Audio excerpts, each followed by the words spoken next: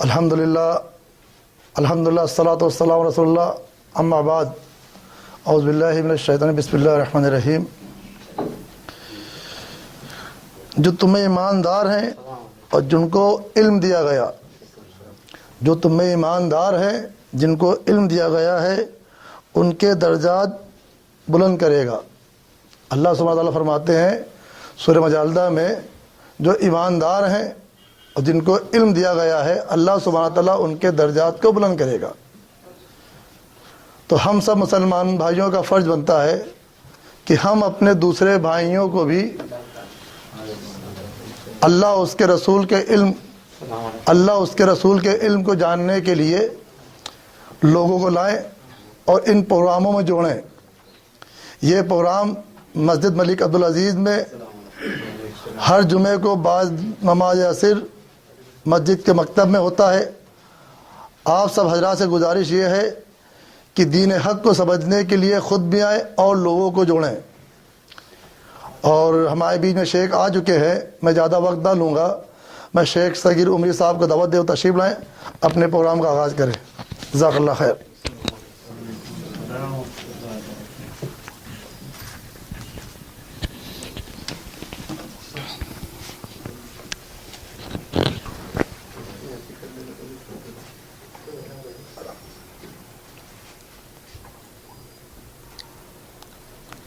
بسم اللہ الرحمن الرحیم۔ الحمد للہ رب العالمین والعاقبۃ للمتقین والصلاة والسلام علی اشرف الانبیاء والمرسلین نبینا محمد وعلی آلہ واصحابہ اجمعین ومن تبعہم باحسان الی یوم الدین، اما بعد۔ برادران اسلام، روشنی کے حوالے سے ہماری گفتگو ہو رہی تھی کہ ہماری روح روشنی چاہتی ہے۔ جس طرح سے ہمارا جسم اندھیروں سے ڈرتا ہے، اندھیروں سے بھاگتا ہے، اندھیروں سے بیزار ہے، اسی طرح سے ہماری روح بھی روشنی چاہتی ہے، اجالوں میں جینا چاہتی ہے، اور اسے بھی اندھیروں سے ڈر لگتا ہے۔ پچھلے ہفتوں میں ہماری یہ بات ہوئی تھی کہ نور اور روشنی کا اصل منبع اور مصدر اللہ تبارک و تعالی کی ذات ہے۔ اللہ نور السماوات والارض، اور اس کو مثال کے ذریعے سے قرآن مجید نے بڑی تفصیل کے ساتھ بیان کیا۔ اس تفصیل کے بعد پھر پچھلے ہفتے ہماری یہ گفتگو رہی کہ اللہ تبارک و تعالی نے اس نور کو دنیا میں کس طرح سے اپنے بندوں تک بانٹنے کے لیے جتن کیے، کتنے اہتمام کیے۔ سب سے پہلی چیز جو اللہ تبارک و تعالی نے ہماری روح کو روشنی کے طور پر، روشنی سے منور کرنے کے لیے جو سب سے بڑی چیز بھیجی وہ قرآن مجید۔ اس حوالے سے بھی پچھلے ہفتے بڑی تفصیل کے ساتھ ہم نے سنا کہ قرآن مجید کیا ہے، کیوں کر نازل کیا گیا، اس کی اہمیت کیا ہے، ہمارے یہاں اس کا کیا مقام و مرتبہ رہ گیا ہے، ہم کیسے اس کو استعمال کرتے ہیں، کس قدر ہم نے اس کے ساتھ سوتیلا سلوک کیا، یہ ساری تفصیلات ہمارے پاس آئیں۔ اس کے بعد نور کا ایک منبع اور مصدر جو حاصل کرنا ہے وہ اللہ کے رسول صلی اللہ علیہ وسلم کی سیرت مبارکہ ہے۔ اللہ کے رسول صلی اللہ علیہ وسلم کو بھی اللہ تبارک و تعالی نے روشنی کا ایک مینارہ قرار دیا کہ یہ نور ہے، یہ روشنی ہے، اس کے پیچھے چلو، اس رسول کو اپنا مقتدا اور رہنما مانو تو کبھی تم بھٹک نہیں سکتے۔ جس شریعت کو یہ لے آئے ہیں، اس شریعت کے بارے میں خود اللہ کے رسول صلی اللہ علیہ وسلم نے فرمایا ترکتکم علی المحجۃ البیضاء لیلها کنہارها. اے لوگو، جس شریعت، جس دین اور جو پیغام میں اللہ تبارک و تعالی کا تمہارے لے لایا تھا، لیلها کنہارها، اس کی راتیں بھی اتنی ہی روشن ہیں جتنا اس کے دن روشن ہیں. اور شریعت اسلامیہ کیا ہے؟ محمد صلی اللہ علیہ وسلم کی سیرت کا پورا نچوڑ، وہی سیرت، ہماری دین، ہماری شریعت.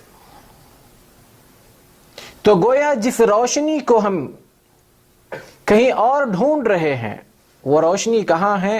محمد صلی اللہ علیہ وسلم کی سیرت اور محمد صلی اللہ علیہ وسلم کی تعلیمات اور آپ صلی اللہ علیہ وسلم کی ہدایات پر. تو اللہ تبارک و تعالی نے اللہ کے رسول صلی اللہ علیہ وسلم کو اسوہ اور نمونہ بنا کر بھیجا. کیوں؟ کہ یہاں بھٹکنے کی کوئی 1% بھی گنجائش نہیں ہے، بلکہ عین ہدایت یہیں سے لی جا سکتی ہے.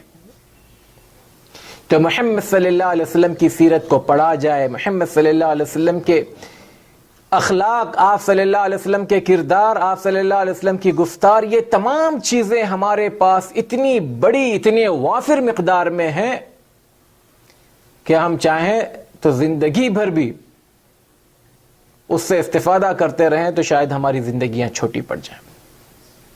لیکن بدقسمتی یہ کہ ہم سیرت رسول صلی اللہ علیہ وسلم کو بھی میلاد النبی کے حد تک جوڑ رکھے ہیں، یا ہم نے محبت کا بہت زیادہ اظہار کیا تو آپ صلی اللہ علیہ وسلم کا نام آتا ہے تو ہم انگوٹے چوم لیتے ہیں، یا پھر کبھی ضرورت پڑتی ہے، کبھی کوئی بدتمیزی کرتا ہے تو ہم روڈوں پر نکل آتے ہیں.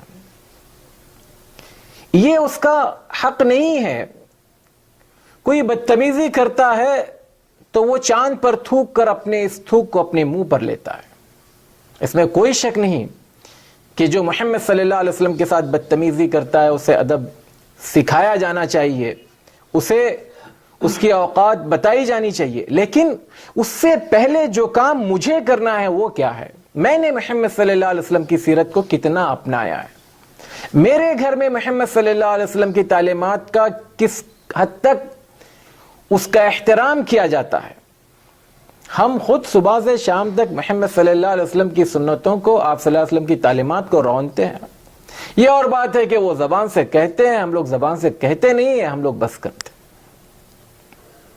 جہاں بھی بات آتی ہے اللہ کے رسول صلی اللہ علیہ وسلم کی تعلیمات کی اور دنیا کی، ہم یہی کہتے ہیں کہ دنیا والے کیا کہیں گے، لوگ کیا کہیں گے، معاشرہ کیا کہے گا، سوسائٹی کیا کہے گی. سوسائٹی کے اپنے کام، ان کا اپنا کردار، یہ سب اندھیرے ہیں دوستوں.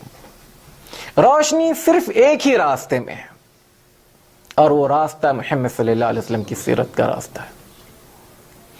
اور نور کے حاصل کرنے کی ایک تیسری جگہ اللہ تبارک و تعالی کے گھر ہیں، مساجد.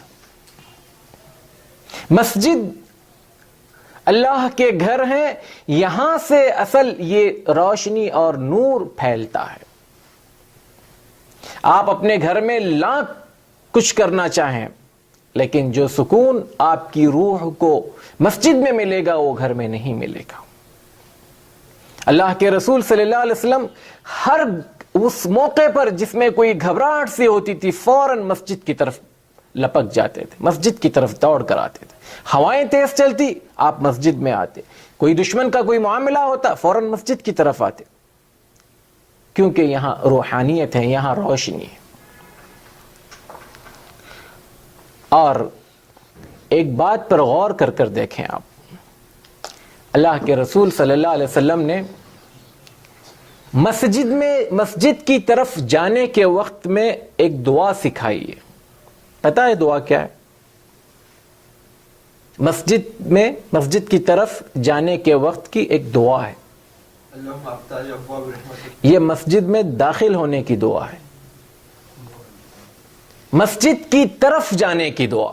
جب آپ گھر سے نکلے ہیں تو مسجد کی طرف جا رہے ہیں تو آپ درمیان میں کیا دعا پڑھتے ہیں؟ اللہ کے رسول صلی اللہ علیہ وسلم نے دعا سکھایا، اللہم اجعل فی قلبی نورا وفی بصری نورا وفی سمعی نورا ومن فوقی نورا ومن تحتی نورا وعن یمینی نورا وعن یساری نورا ومن فوقی نورا ومن تحتی نورا واجعلنی نورا واجعل لی نورا اللہم اجعل فی لحمی نورا وفی دمی نورا وفی بشری نورا وفی عصبی نورا اللہم عظم لی نورا اللہم اعظم لی نورا. اس دعا کا مسجد کی طرف جانے کا کیا اس کے ساتھ تناسب ہو سکتا ہے, کیا مناسبت ہو سکتی ہے؟ ذرا غور کر کے دیکھیں. کیوں دعا سکھائی جا رہی ہے آپ کہ آپ مسجد جانے کے وقت میں یہ دعا کرو کہ اے اللہ میرے دل میں روشنی پیدا کر, میری آنکھوں میں روشنی پیدا کر, میرے کان میں روشنی پیدا کر, میرے خون میں روشنی پیدا کر, میری ہڈیوں میں روشنی پیدا کر, میرے گوشت میں روشنی پیدا کر, میرے چہرے پر روشنی پیدا کر, میرے دائیں, میرے بائیں, میرے آگے, میرے پیچھے, میرے اوپر, میرے نیچے روشنی پیدا کر. اے اللہ مجھ میں روشنی پیدا کر, میرے لیے روشنی یعنی کوئی چیز آپ کی چھوٹی نہیں ہے. کیوں؟ یہ مسجد نور سے بھرنے کی جگہ ہے. یہاں سے نور بھرا جاتا ہے, یہاں سے نور حاصل کیا جاتا ہے. لہذا جب تم مسجد جا رہے ہو تو یہ دعا سکھائی گئی کہ تم اپنی ہر چیز میں روشنی لے کر جاؤ. تمہارے جسم کے اندر بھی, تمہارے جسم کے باہر بھی, تمہارے ارد گرد بھی, تمہاری ہر چیز میں روشنی بھر جائے. لیکن بدقسمتی سے ہمارے پاس مسجد کا بھی وہی مقام ہے. ہم لوگ مسجد 2 رکعت نماز پڑھنے کے لیے بنا چکے ہیں. مسجد میں آتے ہیں آخری وقت میں, اور مسجد میں ادھر سلام پھرا امام نے, ایسا لگتا ہے کہ میرا دم گھٹ رہا ہے, کب میں باہر نکلوں, اور میں فوراً مسجد کے باہر ہوتا ہوں اور ایسا محسوس کرنے لگتا ہوں کہ کسی ایک عذاب میں تھا اور میں اب چھٹکارا پا چکا ہوں. کبھی غور کر دیکھیں, مسجدیں اللہ کے رسول صلی اللہ علیہ وسلم کے زمانے میں سب کچھ ہوا کرتی تھی, سب کچھ مسجدیں ہوا کرتی تھی. آپ صلی اللہ علیہ وسلم کے معاشرتی مسائل ہو, معیشت کے مسائل ہو, عدالت کے مسائل ہو, سیاست کے مسائل ہو, جہاد کے مسائل ہو, جو تمام تر چیزوں کو اللہ کے رسول صلی اللہ علیہ وسلم نے مسجد میں بیٹھ کر کی. اسی ایک مسجد سے اللہ کے رسول صلی اللہ علیہ وسلم کے سارے اسٹوڈنٹ آپ دیکھو, کوئی سیاست کا اسٹوڈنٹ ہے, کوئی جہاد کا اسٹوڈنٹ ہے, کوئی معیشت کا ہے, کوئی معاشرت کا ہے, کوئی کہاں, ساری دنیا میں انہوں نے اپنے بلندی کے جھنڈے گاڑے. تیار کہاں ہو گئے تھے یہ لوگ؟ کوئی یونیورسٹیاں تھی, کوئی بڑے بڑے ہاسٹل میں رہتے تھے یہ لوگ؟ کہاں؟ مسجد نبوی کی وہی چھپر والی مسجد جس میں ایک دن بارش آتا تو پتہ نہیں کتنے دن تک کیچڑ مسجد میں رہتا. اسی مسجد کے اندر اللہ کے رسول صلی اللہ علیہ وسلم نے ان کو تیار کیا. لوگ بیٹھا کرتے تھے, اپنا تمام تر فالتو وقت, فاضی وقت, خالی وقت لوگوں کا مسجدوں میں گزرتا تھا. آج ہمارا چند منٹوں کا مسجد کے ساتھ تعلق رہ گیا ہے. ہم مسجدوں سے وہ تمام چیزیں کھینچ کر باہر نکال چکے ہیں جس سے ہمارے دلوں میں مسجد کی طرف کھینچے آنے کا ایک رجحان ہوتا تھا. اللہ کے رسول صلی اللہ علیہ وسلم کے زمانے میں بچے, اللہ کے رسول صلی اللہ علیہ وسلم نے کبھی زندگی میں اس خاتون کو بھی منع نہیں کیا, حالانکہ آپ صلی اللہ علیہ وسلم یہ کہا کرتے تھے کہ عورت کی نماز گھر میں بہتر ہے بنسبت مسجد کی, لیکن اس کے باوجود بھی عورتوں کو مسجد آنے سے نہیں روکا. اچھا اتنا ہی نہیں, بلکہ بعض اوقات عورتیں بچوں کو لے کر آیا کرتی تھی, نماز میں ڈسٹرب ہوتا. آپ صلی اللہ علیہ وسلم کہتے ہیں کہ بسا اوقات میرا دل چاہتا تھا کہ میں نماز کو لمبی پڑھوں, تلاوت لمبی کروں, اچانک کسی بچے کے رونے کی آواز آتی تو میں نماز کو مختصر کر دیتا. آپ یہ نہیں کہتے کہ یہ عورتیں اپنے بچوں کو لاتی کیوں, ہماری نمازیں ڈسٹرب ہوتی ہے, بلکہ آپ صلی اللہ علیہ وسلم اپنی نماز کو کم کرتے تاکہ ان کا وہ رجحان مسجد آنے کا وہ ختم نہ ہو جائے, اس کے اوپر کوئی ضرب نہ پڑے. چھوٹے چھوٹے بچوں کو مسجدوں میں لایا جاتا تھا. آج ہم مسجدوں میں بڑی مشکل سے آتے ہیں. مسجد کی ایکٹیویٹیز, اس کے نشاطات, اس کے تمام تر چیزیں ہم نے ختم کر دیا ہے. نہ کوئی ہمارے یہاں دروس کا اچھا انتظام، اور اگر ہو تو نہ حاضری. لوگوں کو اتنے بزی ہیں ہم لوگ کہ ہمیں اس کے لیے بھی ٹائم نہیں. یار وہی باتیں ہوتی ہے، کیا ہے ہر دن وہی تو سنائیں گے. کیا سنائیں گے؟ کیا ہم مسلمان نہیں ہیں؟ کون سی نئی بات سنانے والے ہیں؟ وہی قرآن، وہی حدیث، وہی چیزیں. تو یہ تو سب ساری چیزیں. ہمارا ذہن دیکھیں. وہی آپ فلموں کے حوالے سے بات کریں تو فلموں میں کیا ہوتا ہے؟ کوئی نئی چیزیں بتاتے ہیں، وہی رومانس ہوتا ہے، وہی گانے ہوتے ہیں، وہی فالتو چیزیں ہوتی ہیں. لیکن وہاں پر ہمارا ذہن، ہماری بے چینی بڑھ جاتی ہے کہ پتہ نہیں کوئی بہت اچھا ایکشن ہوگا، کوئی رومانس ہوگا، کوئی یہ ہوگا، وہ ہوگا. ہمارے دل کے بہلانے کی ساری چیزیں وہاں پر ہیں. اور جب دروس کی بات ہوتی ہے، یار وہی تو درس ہوتا ہے. ساری چیزیں ہم وہاں پر چھوٹے سے 2 جملوں میں یہ کہہ کر اس کو صاف کر دیتے ہیں کہ یہاں پر ہمارا کوئی فائدہ نہیں. لیکن دوستو ایک بات میرے اور آپ کے لیے سمجھنے کی یہ ہے، آج ضرورت ہے جہاں جہاں ہم یہاں رہتے ہیں، میں یہاں کی بات نہیں کر رہا ہوں، ہمارے اپنے ملکوں میں اگر ہمارے پاس کچھ اختیارات ہیں، ہمارے پاس کچھ اسباب و وسائل ہیں، ہماری جیبوں میں کچھ پیسہ ہے، خود اپنا ہو یا کسی سے ہم لے کر ہماری مسجدوں کو ایکٹیو کرنے کی ضرورت ہے. جہاں پر بچوں کے لیے خاص کر ان کو مسجد کی طرف راغب کیا جائے، مسجد کی طرف ان کی دلچسپی بڑھائی جائے. مسجد میں ایسے کوئی پروگرام رکھے جائیں جس سے بچوں کے آنے کے لیے ان کی بے چینی بڑھتی جائے. خواتین کے لیے کوئی پروگرام رکھیں، اور پھر مسجدوں کو اس قابل بنائیں کہ لوگ جب کبھی کبھی فارغ ہوں تو انہیں ایسا لگے کہ چلو یار مسجد میں جا کر بیٹھتے ہیں. کوئی اچھی لائبریری ہے، وہاں پر کوئی اچھی کتابیں ہیں، وہاں پر پڑھتے ہیں. کچھ اچھی کیسٹس ہیں، آڈیو کیسٹس، ویڈیو کیسٹس، چلو ہم جا کر وہاں پر سنتے ہیں. لیکن یہ سب کچھ کب ہوگا؟ جب ہم اس کی اہمیت کو سمجھیں گے. آج ہماری مسجدیں متولیوں کا سیاسی اکھاڑا بن چکی. یہ تیری مسجد، یہ میری مسجد، یہ میرے باپ کی مسجد. مسجدیں بڑے 10 بائی 10 فٹ کی نہیں ہوگی، لیکن جھگڑے ہمارے پاس اتنے. یہ فلاں کی مسجد اور یہ فلاں کی مسجد، یہاں پر بغیر ٹوپی کی نماز مت پڑھو، یہاں پر ان شرٹ کر کے نماز مت. فالتو کی چیزوں کو اتنا تنگ اور اتنا لوگوں کو متنفر کیا جاتا ہے کہ لوگ بولتے ہیں یار چھوڑ دو یار، مسجد ہی نہیں جاتے. مسجد کی طرف لانے کے لیے کیا کچھ کیا جا سکتا ہے، یہ ہماری ذمہ داری ہے دوستوں.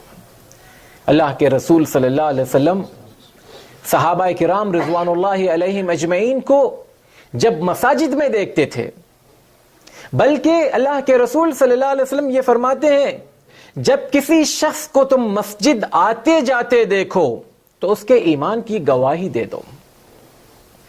مسجد کو آتے جاتے ہوئے دیکھو، یہ انسان ہمیشہ مسجد آتے جاتا ہے، اس کے ایمان کی گواہی دے دو. اور فرض نمازوں کے لیے تو ہمیں رکھا ہی گیا ہے مسجدوں کے لیے. تو دوستو یہ نور کے اصل منبع اور مصدر ہے. سب سے پہلی چیز قرآن مجید، اور اس کو بھی اللہ کے رسول صلی اللہ علیہ وسلم نے، خود اللہ تبارک و تعالی نے بھی کہا کہ مسجدوں کو اس لیے بنایا گیا کہ یہاں پر اللہ تبارک و تعالی کی کتاب کو پڑھا جاتا ہے، سمجھا جاتا ہے، اور پھر اس کو پھیلانے کے جو کچھ اسباب ہو سکتے ہیں وہ اسباب مہیا ہوتے ہیں. سب سے پہلی چیز ہمیں اس بات کا احساس ہونا چاہیے کہ اس وقت ہم اندھیروں میں، ہمیں روشنی کی ضرورت ہے. احساس کے بغیر، ادراک کے بغیر کبھی ہم اس رخ پر نہیں جا سکتے جو ہمیں حاصل کرنا ہے. ہمیں اس بات کا زعم نہیں ہونا چاہیے، ہمیں اس بات کا گھمنڈ نہیں ہونا چاہیے کہ میں بہت بڑا دیندار ہوں، میں بہت بڑا پارسا یا متقی ہوں، میں بہت بڑا نمازی ہوں، یا میں بہت بڑا داعی ہوں، یا میں بہت بڑا عالم ہوں. یہ غرور خود اندھیرا ہے، یہ غرور خود ایک اندھیرا ہے. اس اندھیرے سے بھی نکلنا ضروری ہے. یہ جب تک احساس نہیں ہوگا کہ میں اندھیروں میں ہوں اور مجھے اجالے میں آنا ہے اور دوسروں کو بھی اجالے میں لانا ہے. خود اللہ کے رسول صلی اللہ علیہ وسلم کی سیرت کو آپ اٹھا کر اگر آپ دیکھیں, اللہ کے رسول صلی اللہ علیہ وسلم نے صحابہ کرام رضوان اللہ علیہ مجمعین کی تربیت اس طرح سے کیا کہ وہ ہمیشہ اس احساس میں رہیں کہ وہ کوئی بہت بڑے نیک اور متقی نہیں ہے بلکہ گنہگار ہیں. صحابہ کو, کون سے صحابہ آپ کو پتا ہے؟ حضرت عمرو بن العاص رضی اللہ تعالی عنہ نے ایک مرتبہ اللہ کے رسول صلی اللہ علیہ وسلم سے سوال کیا, من احب الناس الیک یا رسول اللہ, اے اللہ کے رسول صلی اللہ علیہ وسلم آپ کو سب سے زیادہ پسندیدہ کون ہے؟ اللہ کے رسول صلی اللہ علیہ وسلم نے کہا کہ عائشہ. عائشہ کا نام سنتے حضرت عمرو بن العاص نے کہا کہ سوری, یہ تو آپ کی بیوی ہے. تو میں سوال آپ کی بیوی کے حوالے سے نہیں کر رہا ہوں, آپ کی بیوی ہے تو ظاہر سی بات ہے, میں جنرل لوگوں میں کی بات کر رہا تھا. تو اللہ کے رسول صلی اللہ علیہ وسلم نے پھر فرمایا ابوہا, کہ عائشہ کے باپ, عائشہ کے والد حضرت ابو بکر. تو یہاں پر دو باتیں کنفرم ہوئی. اللہ کے رسول صلی اللہ علیہ وسلم کو سب سے زیادہ پسندیدہ جو شخصیت تھی وہ حضرت عائشہ کی تھی, اور ان کے بعد سب سے زیادہ پسندیدہ شخصیت حضرت ابو بکر کی تھی. میں تفصیل میں گئے بغیر ان دو کے بارے میں بتا دوں کہ ان دونوں کو جو سب سے قریب ہیں اللہ کے رسول صلی اللہ علیہ وسلم نے کس قسم کا آئینہ دکھایا. حضرت عائشہ رضی اللہ تعالی عنہ فرماتی ہیں کہ ایک دن میں نے اللہ کے رسول صلی اللہ علیہ وسلم کو اچھے موڈ میں دیکھا. حالانکہ اللہ کے رسول صلی اللہ علیہ وسلم ہمیشہ اچھے موڈ میں ہوا کرتے تھے, خوش مزاج تھے, چہرے پر آپ صلی اللہ علیہ وسلم کے کبھی بھی عبوسیت یا تیکھاپن یا کھٹاس نہیں ہوتی تھی. تو لیکن پھر بھی نسبتاً اللہ کے رسول صلی اللہ علیہ وسلم کے بارے میں حضرت عائشہ کہتی ہیں کہ جب میں نے انہیں اچھے موڈ میں دیکھا تو میں نے ایک دن ان سے کہا, یا رسول اللہ ادعو اللہ لی, مجھے میرے لیے اللہ تعالیٰ سے دعا کیجیے. اللہ کے رسول صلی اللہ علیہ وسلم نے کہا اللہم اغفر لے عائشہ, اے اللہ عائشہ کی مغفرت فرما, اور خاموش ہو گئے. حضرت عائشہ رضی اللہ تعالیٰ عنہ تھوڑی دیر تک بیٹھی, سوچی کہ بھی دعا کریں گے, پھر کہا اللہم اغفر لی عائشہ. تو حضرت عائشہ ہنسنے لگی. حدیث کے الفاظ ہیں, شیخ البانی رحمۃ اللہ علیہ نے سلسلۃ الاحادیث الصحیحہ میں اس کو ذکر کیا ہے. فضحکت, میں ہنس پڑی, اتنا ہنسی کہ بے قابو ہو کر میرا سر اللہ کے رسول صلی اللہ علیہ وسلم کی گود میں جا گرا. تو اللہ کے رسول صلی اللہ علیہ وسلم نے کہا, اے عائشہ کیا تم میری سادگی پر ہنس رہی ہو کہ میں نے تمہارے مغفرت کے لیے دعا کیا؟ کیا تمہیں میری دعا پسند نہیں آئی؟ کہا کیوں نہیں, آپ کی دعا بہت پسند آئی. لیکن اللہ کے رسول صلی اللہ علیہ وسلم نفسیات کے سب سے ماہر ترین انسان, آج دنیا کے نفسیات کے جتنے بڑے بڑے ڈاکٹر ہیں وہ سب آپ صلی اللہ علیہ وسلم کے سامنے بڑے پست قد اور بونے نظر آتے ہیں. اللہ کے رسول صلی اللہ علیہ وسلم نے کہا کہ نہیں عائشہ, تم شاید دعا کی جب درخواست کر رہی تھی, فرمائش کر رہی تھی, تو کوئی بڑے خواب سجائے رکھی تھی کہ تمہارے لیے میں کوئی بڑی بڑی دعا کروں.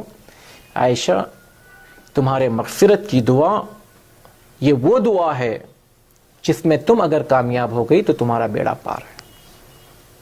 مغفرت کس کی مانگی جاتی ہے؟ جسے گناہوں کا احساس ہو, گناہ کا احساس ہو تب آدمی مغفرت مانگتا ہے. عائشہ کو آئینہ دکھایا کہ عائشہ تمہیں اس وقت مغفرت کی ضرورت ہے, دعاؤں کے معافی کی, گناہوں کے معافی کی ضرورت ہے. یہی عائشہ اللہ کے رسول صلی اللہ علیہ وسلم سے کہتی ہیں کہ اللہ کے رسول صلی اللہ علیہ وسلم اگر مجھے یہ پتا چل جائے کہ آج کی رات لیلۃ القدر کی رات ہے تو اس دن میں کیا دعا کروں؟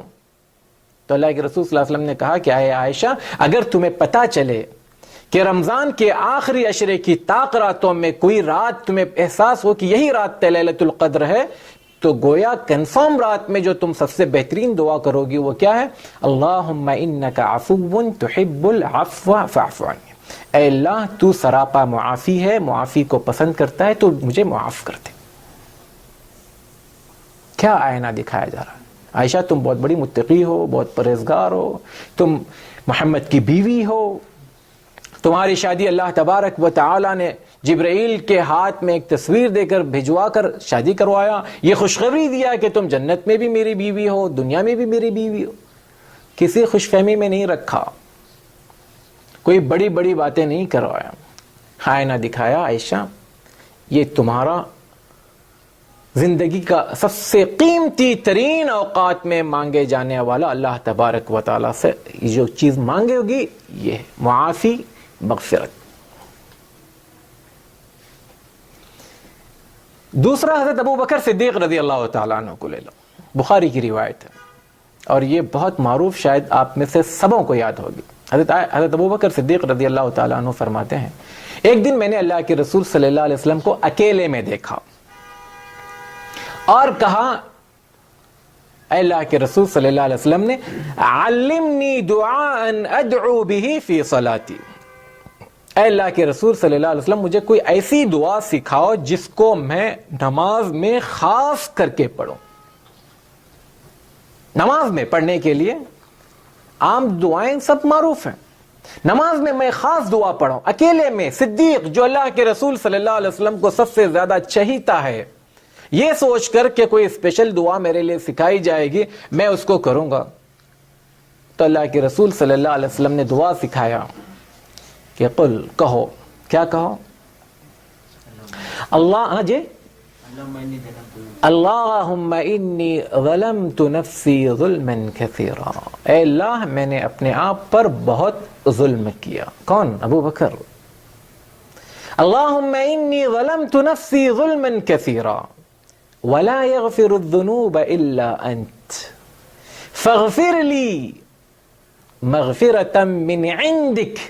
اس میں پتہ ہے آپ کو, مغفرة من عندک, تیری طرف سے مجھے معاف کر دے. یعنی میرے کوئی کاموں کی وجہ سے میں معافی نہیں مانگ رہا ہوں کہ میں نے بڑے بڑے کام کیے, محمد صلی اللہ علیہ وسلم کا ساتھ دیا ہے, میں نے ہجرت کی راہوں میں اتنی تکلیفیں اٹھایا ہے, میں نے بلال کو آزاد کیا, میں نے فلاں کو آزاد کیا, میں نے اسلام پر اتنا خرچ کیا, میں نے جنگ تبوک کے موقع پر اتنا خرچ کیا, میں نے یہ کیا اور میں نے وہ کیا, اس لیے مجھے معاف کر دے. نہیں, مغفرۃ من عندک, تیری طرف سے مجھے معاف کر دے.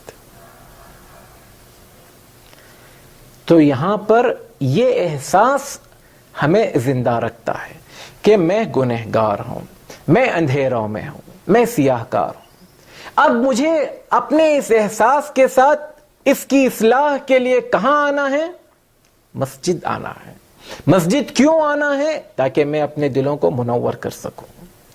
ہم کہیں بھی رہو, شیطان اپنا کام ہم سے کروائے گا. مسجد ایک ایسی جگہ ہے جہاں ناممکن ہے کہ شیطان کا ہم پر کوئی حملہ ہو. مسجدوں کو آباد رکھیں اور ان چیزوں کے ذریعے سے یہاں پر مسجد میں آؤ گے تو تینوں چیزیں آپ کی جمع ہو جائے گی. یہاں قرآن کی تلاوت بھی ہوگی, یہاں اللہ کے رسول صلی اللہ علیہ وسلم کی سیرت بھی پڑھی جا سکتی, یہاں پر مسجدوں میں رہ کر ہم بے شمار اجر و ثواب بھی کما سکتے ہیں. تو دوستو, یہ تھا روشنی کے حوالے سے. تقریباً 3 ہفتے ہمارے ہو گئے ہیں جس میں اختصار کے ساتھ جو کچھ ہم نے پچھلے 3 ہفتوں میں سنا اس کو ہم پھر سے سنتے ہیں کہ روشنی میرے اور آپ کے لیے ازحد ضروری ہے. اس روشنی کو ہم دنیا میں کہیں بھی تلاش کرنا چاہیں یہ ملنے والی نہیں ہے. یہ روشنی صرف اللہ, اس کے رسول صلی اللہ علیہ وسلم اور اس کے ان دونوں کے طریقے میں یا ان دونوں کے بتائے ہوئے ہدایات اور تعلیمات میں ہے. جب تک اور جتنا زیادہ ہم اس سے جڑے رہیں گے, لگے رہیں گے, میری اور آپ کی کامیابی ہے. ہم جتنا زیادہ اس سے دور رہیں گے یا ہم کسی اور خوش فہمی میں رہیں گے جس میں ہمیں نہیں رہنا چاہیے, تو اس صورت میں ہمارا صرف نقصان ہے.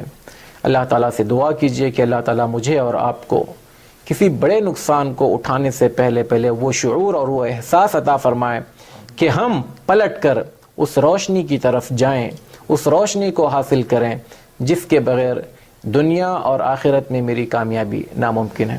وآخر دعوانا الحمدللہ رب العالمین۔